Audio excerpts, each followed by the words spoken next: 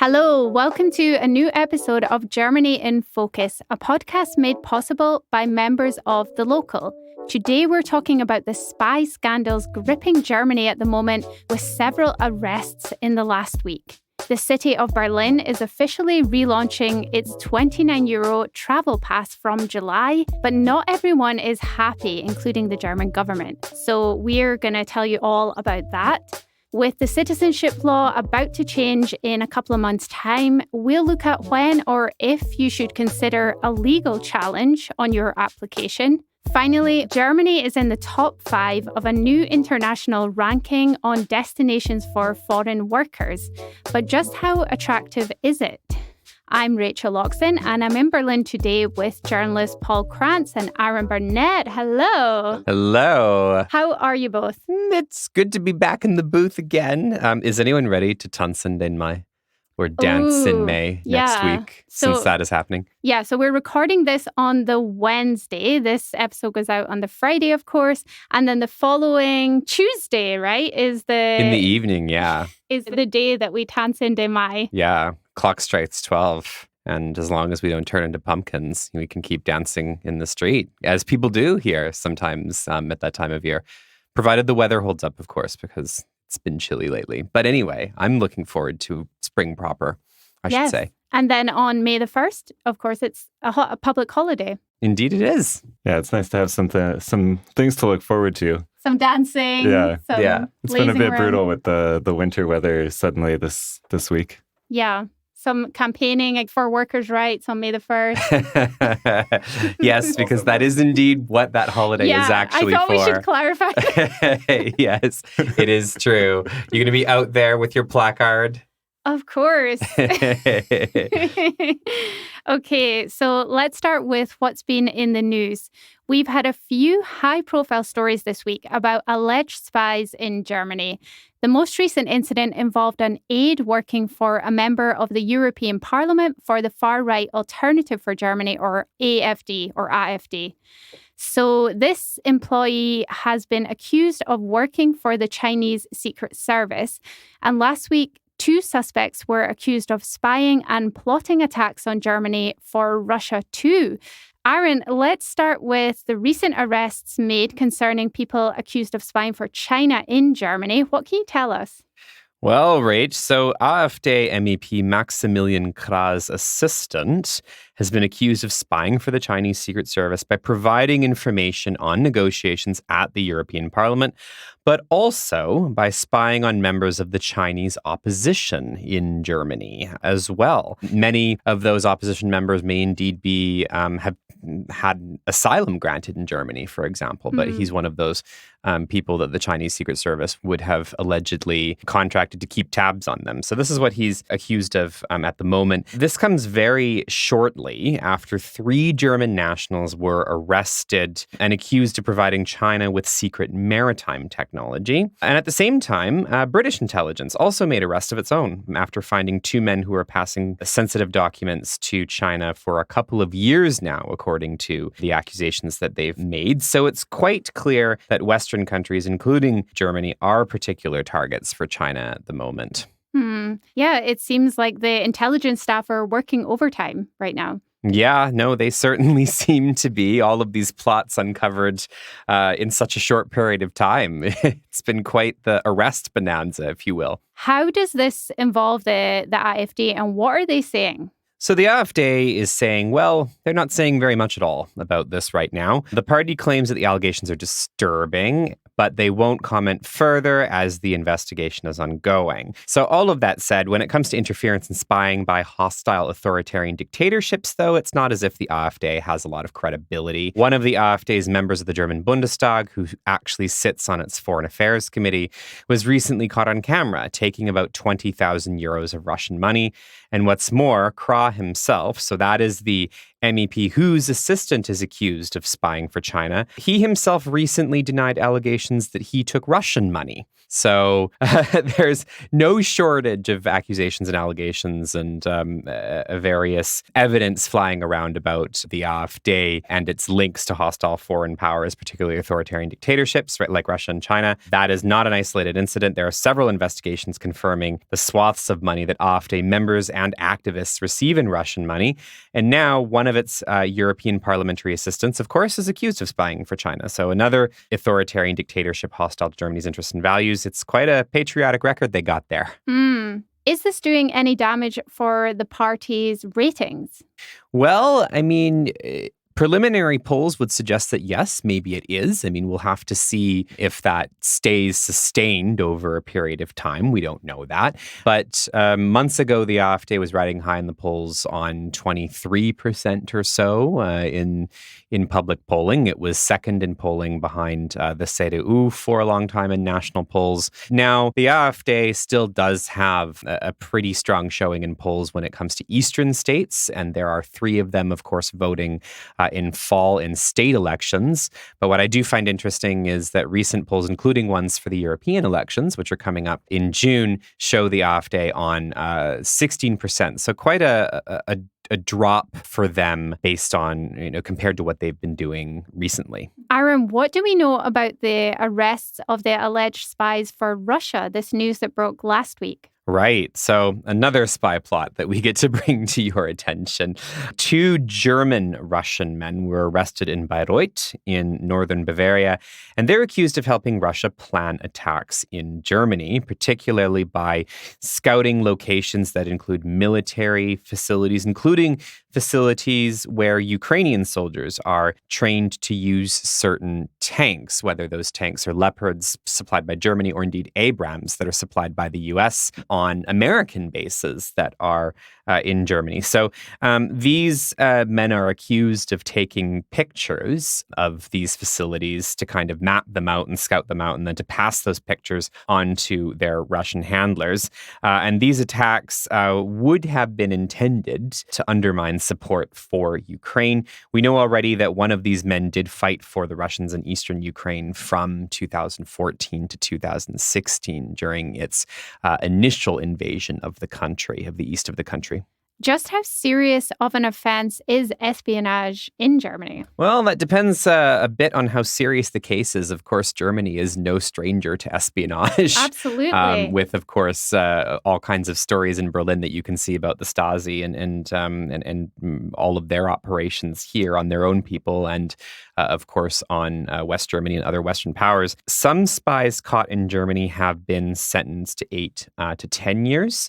I came across one case around 10 years ago of a man who worked in the German intelligence service in the mailroom, actually. And he passed on some documents to the U.S. And this was during a time when relationship between the Americans and the Germans was a little bit tense because of the Edward Snowden leaks about the NSA, the National Security Agency, and how much listening they were doing on this country. And he was caught and sentenced to 8 years. But more serious cases carry a life sentence. There was one head of division at the German intelligence service arrested last year, and he's accused of having spied for the Russian FSB about Germany's espionage methods. So a very, very high-ranking official within the German intelligence service. And if he's convicted, he's on trial at the moment. If he's convicted, he's looking at life. Really interesting. And of course, there is the Espionage or Spionage Museum in Berlin for a bit of history on spying in Germany. I would actually recommend that one. Yeah, I've never been, but I really want to go. Yeah, I would recommend it. It's actually interesting. I went with a friend of mine. We took his 2 kids because we were on kind of, dad/friend duty for the day. But it was interesting for us, but it was also fun for his kids as well. So I would recommend a visit no matter your age. Thank you very much, Aaron. Really interesting stuff. Before we carry on with our chat, I'd like to ask that you consider supporting our podcast by becoming a member of The Local. We are an independent media outlet, and your support is what allows us to produce the news and all of the cultural and practical explainer articles that we write, and it also allows us to do this podcast.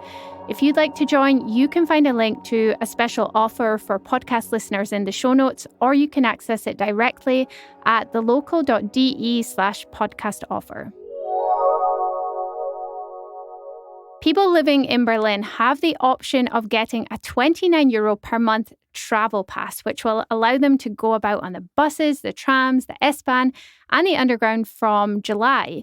Our regular listeners will know that Germany has the Deutschland ticket, or €49 ticket, which allows people to use local public transport all over the country. But this Berlin ticket is going to be €20 cheaper, although you can only use it in Berlin. Why is Berlin getting this €29 ticket reboot? Because, of course, we have had this before. Yeah, that's right. So Berlin previously had the €29 ticket travel pass to cover travel in Berlin's A and B transit zones, which followed the popularity of the €9 ticket back in the summer of 2022. But the €29 ticket was disconnected about a year ago after the introduction of the Deutschland ticket. So one reason that the €29 ticket is coming back now is that there has been a political push for it, largely led by the Social Democrats, the SPD party. The Economic Affairs Senator and former Berlin mayor, Franziska Giffey, has suggested that the €29 ticket is important for people who may find the €49 pass too expensive and who don't also have a discounted company ticket. The €29 ticket is also endorsed by a number of environmental groups who see affordable public transportation as a key pillar of Berlin's climate plan. I was writing a bit about this recently, and one important thing to note is that this is a yearly subscription, the Berlin-Abo, as it's called. So this means you have to sign up for a minimum term of 12 months, and after that, you can cancel it on a monthly basis. Paul, what else should we know about it? Yeah, that's right. And that's a really important note, I think, for listeners. So the Berlin-Abo is only available from BVG, so that's Berlin's public transportation company. So you can buy this €29 ticket on BVG's website or their mobile app, but you cannot buy it from BVG's ticket machines, interestingly, which are sometimes found in the stations. And anecdotally, I would add that navigating subscription tickets like this with BVG can be a bit complicated, to say the least. I've heard from quite a few friends that have had a really hard time buying this ticket or trying to cancel it. So listeners, you've been warned. Yeah, that doesn't surprise me. It's Berlin, as they say. So one part of that complication, as you mentioned, is this 12-month minimum subscription. So if you're going to buy this ticket, make sure that you are willing and able to sign up for the full 12 months. You're not going to get a refund before that. Yeah, and that's why tourists can't really buy it unless they're planning to stay for a year. And yeah, are you still a tourist if you're here for a year? Yeah, it doesn't really work for tourists. No. I think that if you need to apply for a residence permit to stay here, you don't qualify as a tourist. But another point I would note is that these tickets are valid, and this is from the website, quote, from the first calendar day of the month in which the subscription starts. So if I were to buy a ticket at the end of the month, for example, I'm still getting charged as if I had bought that ticket from the first. So if you're really trying to get your money's worth from your ticket, it's best to make that purchase early on in the month. Another few things to note are as with other BVG tickets, these €29 ticket holders can bring children under 6 years old with them, as well as carry-on luggage like strollers or walkers, or even a dog. But the €29 ticket does not entitle you to bring a bike on trains or buses, or to travel beyond Berlin's A-B zones. So if you're going to Berlin Airport, for example, that's in the C zone, you would need to buy an extension ticket. Yeah, that good old extension ticket that we've started forgetting about buying now that we use the Deutschland ticket. Exactly. Now we'll have to remember to get it if we switch. If you switch, yeah. Yeah, it is quite handy not buying that €2.10 extension ticket. Why is the government and a few others not happy about this, Paul? Yeah, I mean, I don't know if I would say the government in general is not happy with it, but parts of the government certainly. And basically because it's expensive.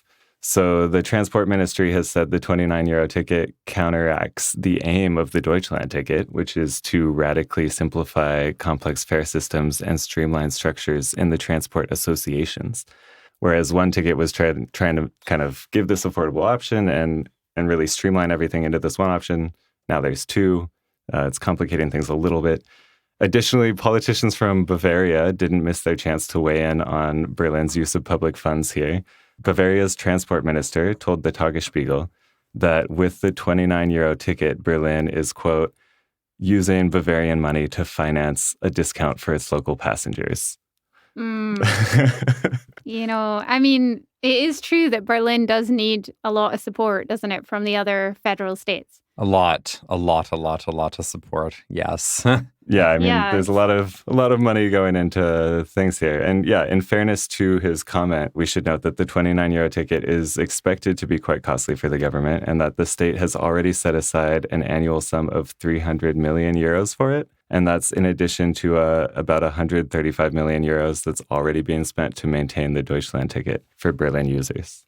Ooh, so what do you both think about it? Do you think it's a good use of money in Berlin, or should we just be sticking to the Deutschland ticket? Well, I would argue that affordable, if not even free, public transportation is among the better uses of public funds from a social equity or a climate point of view, certainly. But even if we're thinking about economics, I think there's an argument to be made that improving mobility for all really helps keep the economy going. So we recently heard from the Free Democrat Party, the FDP, that they had this 12-point plan for stimulating the economy, which included points like tightening up unemployment benefits or de-incentivizing early retirement. But if working class people can't get to work, then the whole economy eventually grinds to a halt, right? So I think that public spending on public transit is really valuable for keeping the economy going, among other things. Furthermore, I think the logic behind the value of this makes sense to me.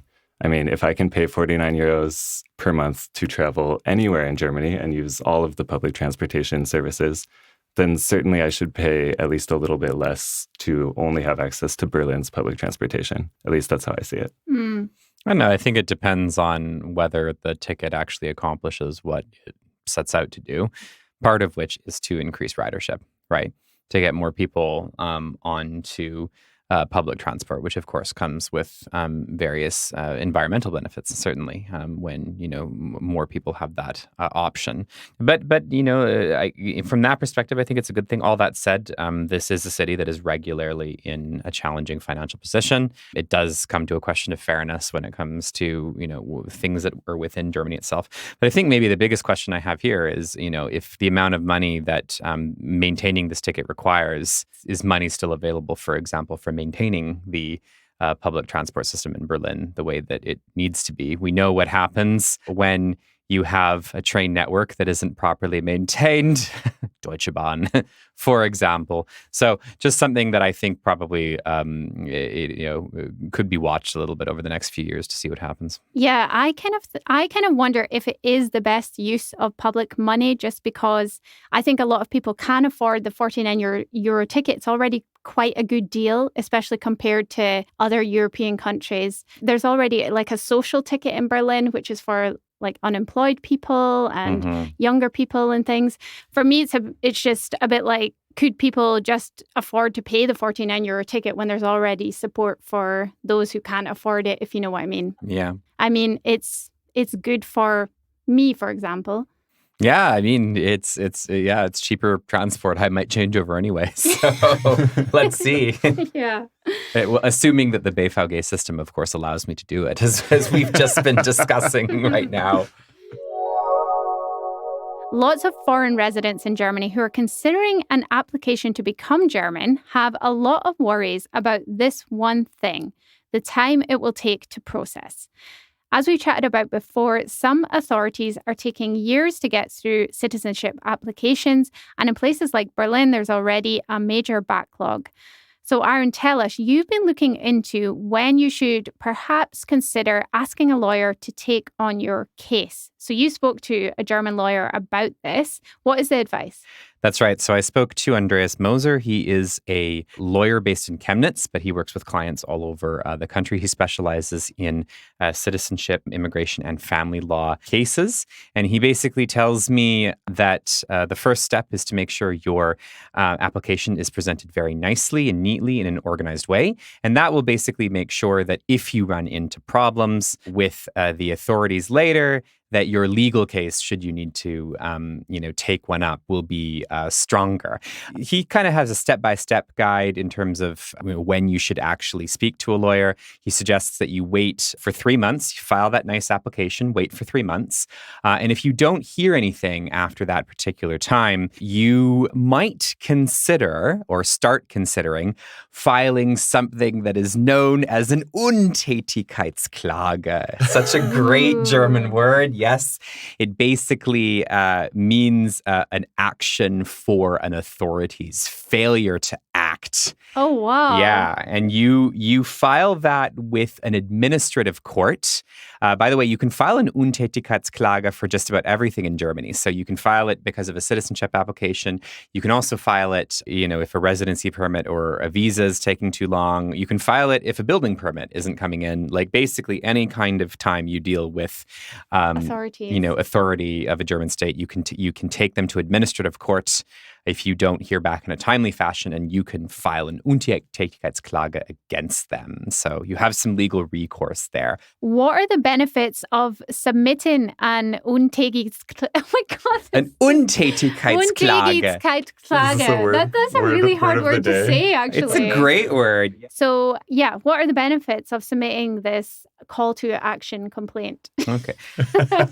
I see what you did there.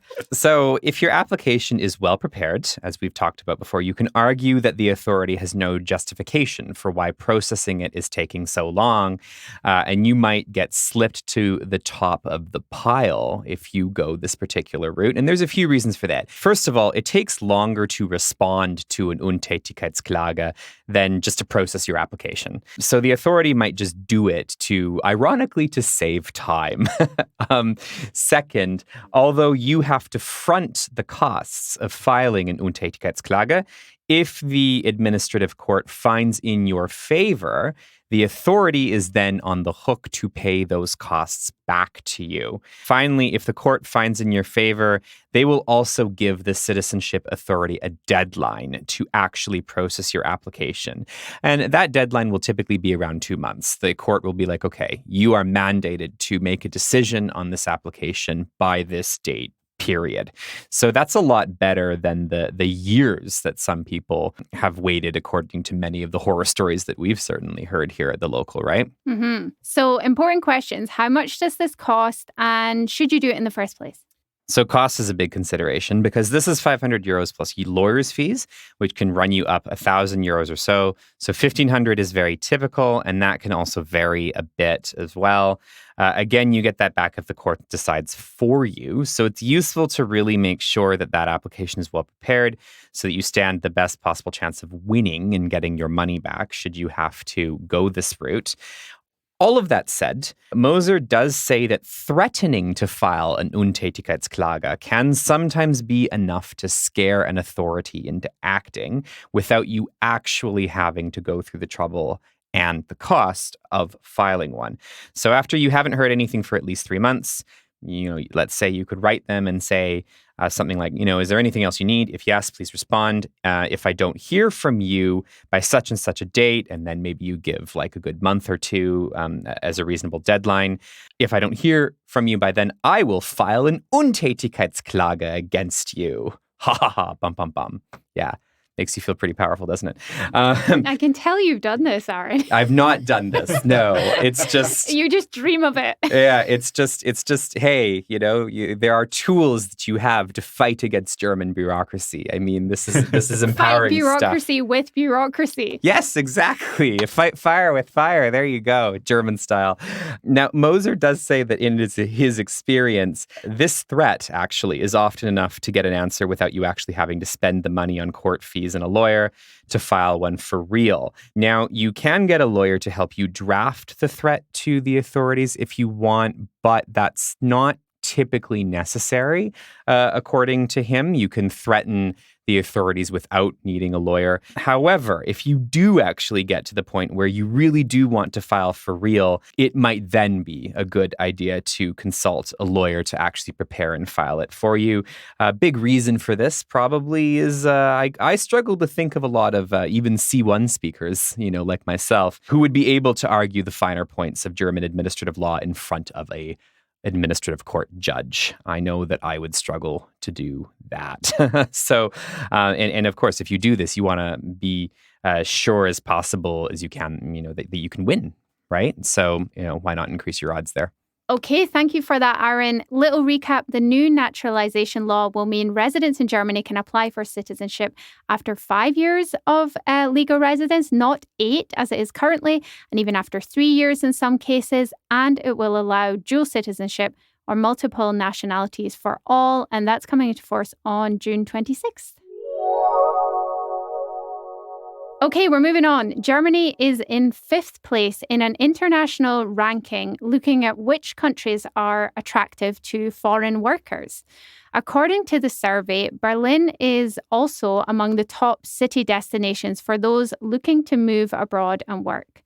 Paul, can you tell us a bit more about this survey and how Germany measures up compared to other places? Yeah, so this survey was conducted by Boston Consulting Group, and it looked at 150,000 employees from 188 countries. As you mentioned, Germany ranks as the world's 5th most popular destination among workers to looking to move abroad, and that's behind Australia, the US, Canada, and the UK.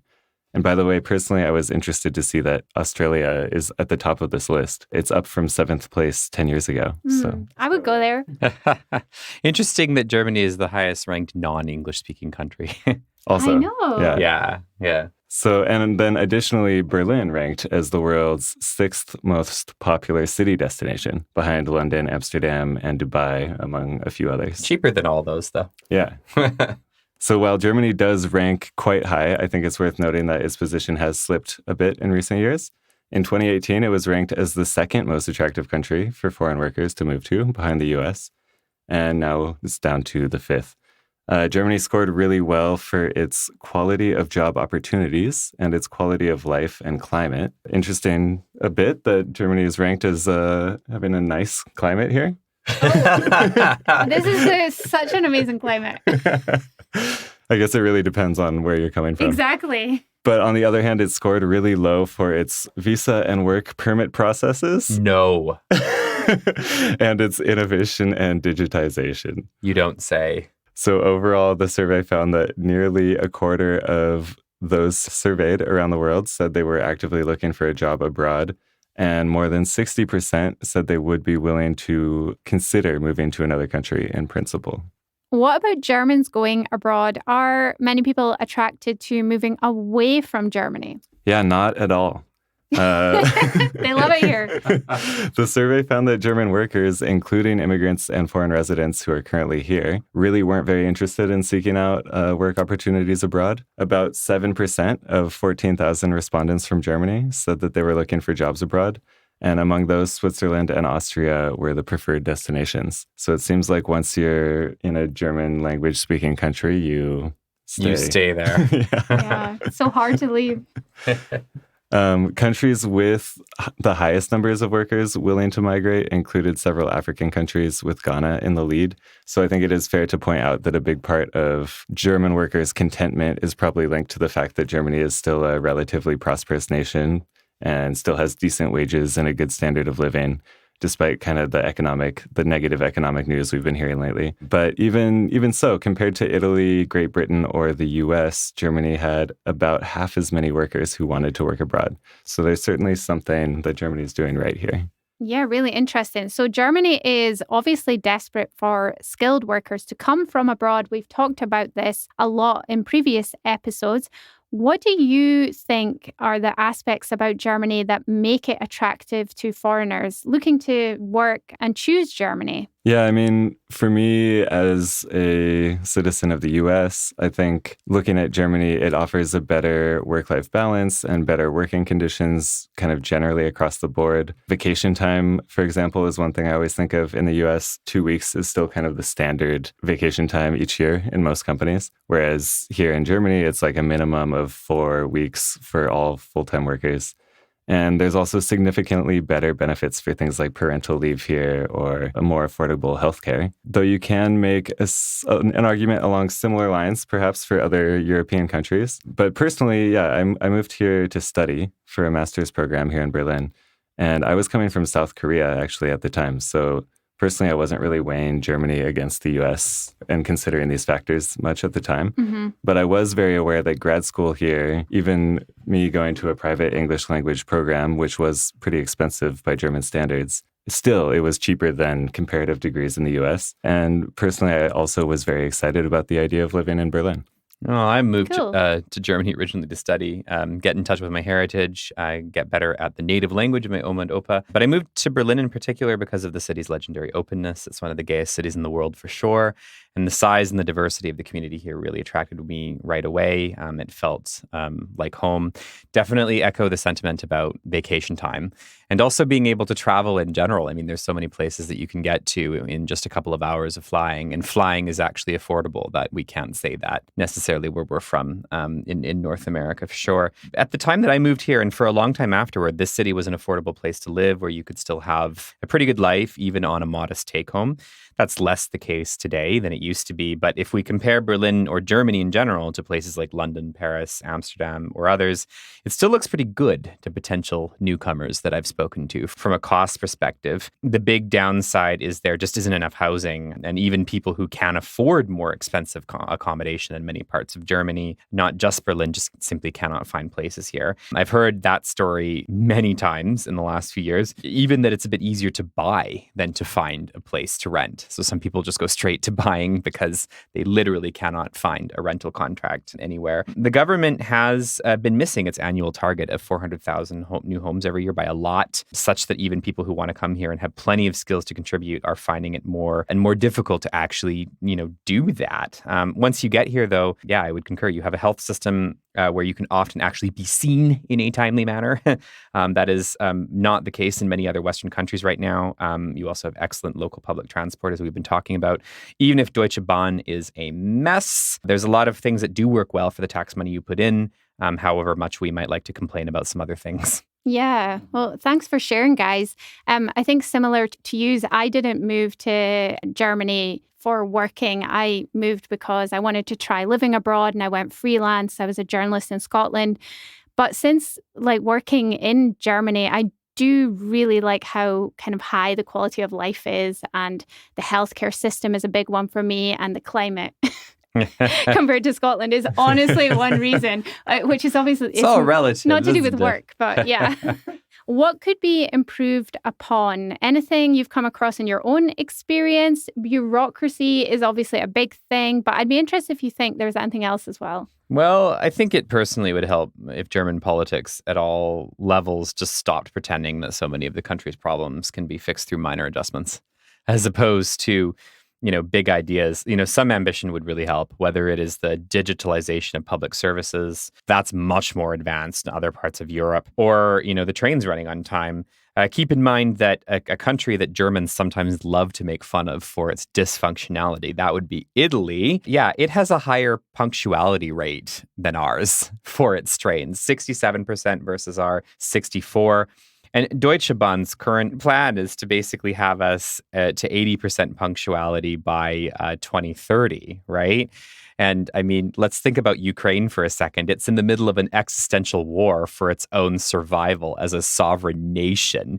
And its trains had a punctuality rating of more than 90% last year. So we should be able to solve this here, That's quite amazing. frankly. Yeah. Finally, there's a lot of people here, I think, politicians in public, foreigners included, who like to pretend that we don't need to build more actual housing in order to solve a housing crisis. Let's ban Airbnb. Let's have rent controls. Let's expropriate corporate landlords with a ballot ballot measure that won't build a single new house. Now, regardless of how you feel about any of those actual measures, the reality is that basic economics is both supply and demand. And if the demand to move here remains high, supply will have to match it. And no amount of nostalgia for the Berlin or the Germany that was here when many of us moved here will wish those kinds of economic and mathematical realities away. Coming in with harsh takes. But no, Yeah. I share Erin's sentiment that the government could really make some significant changes rather than kicking the can down the road with small adjustments if we really want to change things in this country. One kind of obvious example that I've been looking at lately is the rent price break. So we've got this rent control law that was designed with good intentions, at least as far as tenants are concerned. But it's failing, basically, because it's got a bunch of loopholes. And it seems like it would be such a simple and immediate fix. Like the government could just listen to all these tenants associations who say, why don't you just fix all these loopholes? And then the rents will actually be held down. But no, that 5 years later, the rent break will be extended, which is good news, but it doesn't have any real consequences for landlords who break it. And it's got all these loopholes that leave all of these different apartments out of it. So it's not working the way it was intended to. The business lobby is very powerful in the German government. I suppose that's another way to say this as well. Yeah, you said besides bureaucracy, but personally, I am really struggling with bureaucracy at the moment. And yeah, just as a quick example, like I need some information from my health insurance company at the moment. And so I call them up and they tell me, oh, you can see that online. It's on the website. So I go on the website, but even on their website, I need to unlock my own information with this sort of ePIN. And then when I go to get my ePIN, they say, great, it's in the mail. But they're sending it to my old address. And for me to update my address on the website, I need the ePIN. So oh my goodness. I'm just like running around in this Kafka-esque like nightmare loop. And I just don't understand why everything has to be so difficult here. Like, A quick tip on that. If you move in Germany, make sure you get something that's called a Nachsendung. This is a with good one. your I postal service. Just learned this recently. Yeah, you basically will instruct Deutsche Post to forward all of your mail to your new address. So that can help avoid situations like that one. But yes, Kafka-esque is an absolutely correct way of describing something like that. I've been in that exact position. I'm still, years later of living in Germany, I still, with my health insurance company, do not know how to access the app because every time they ask me for a PIN and I'm like, where's this PIN? And they're like, we sent you it in the post. And I'm like, what do you mean you sent me it in the post 7 years ago? So every time Can you send me a new one in the post? That's what has to happen. It's such a waste of paper. Oh, guys, also, I just have to say that apparently the Labour Ministry has got a digitalization plan. They're going to be bringing in more digital ways to Germany, including for foreign skilled workers from abroad, like recognizing qualifications and stuff. So maybe your dreams are coming true. I mean, I don't know. Let's see if they still want to send you a pin in the post. Yeah, to be seen on this kind of stuff, I think. I mean, this is sort of a, when public authorities say they want to digitize in Germany, I just sit there and I'm like, okay, all right, let's see how they do it first. Okay. Let's see what actually happens. Because of course we are often burned in this country when it comes to that kind of stuff. Yeah. So, I mean, but hey, you can file your taxes in English now. That's right. Elster is available in English now. I know. Yeah. There are different baby steps. There are different steps that get made. Yeah, there's a lot of positives and negatives about living in Germany. Yes, well, I mean, case in point, we do still live here despite the headaches that can come with doing so, right? So there you go. Okay, that's it for this week. Thank you so much to all our listeners. As always, we will add links in the show notes for the stories we've been talking about today. It would really mean a lot to us if you hit follow, left a rating or a review wherever you listen to your podcasts. Just tell us what you think about the episode. This week's panelists have been Paul Krantz and Aaron Burnett, and our sound engineer is Rhys Edwards. I'm Rachel Loxton. We hope you enjoyed listening, and we'll be back again next week. Until then, take care.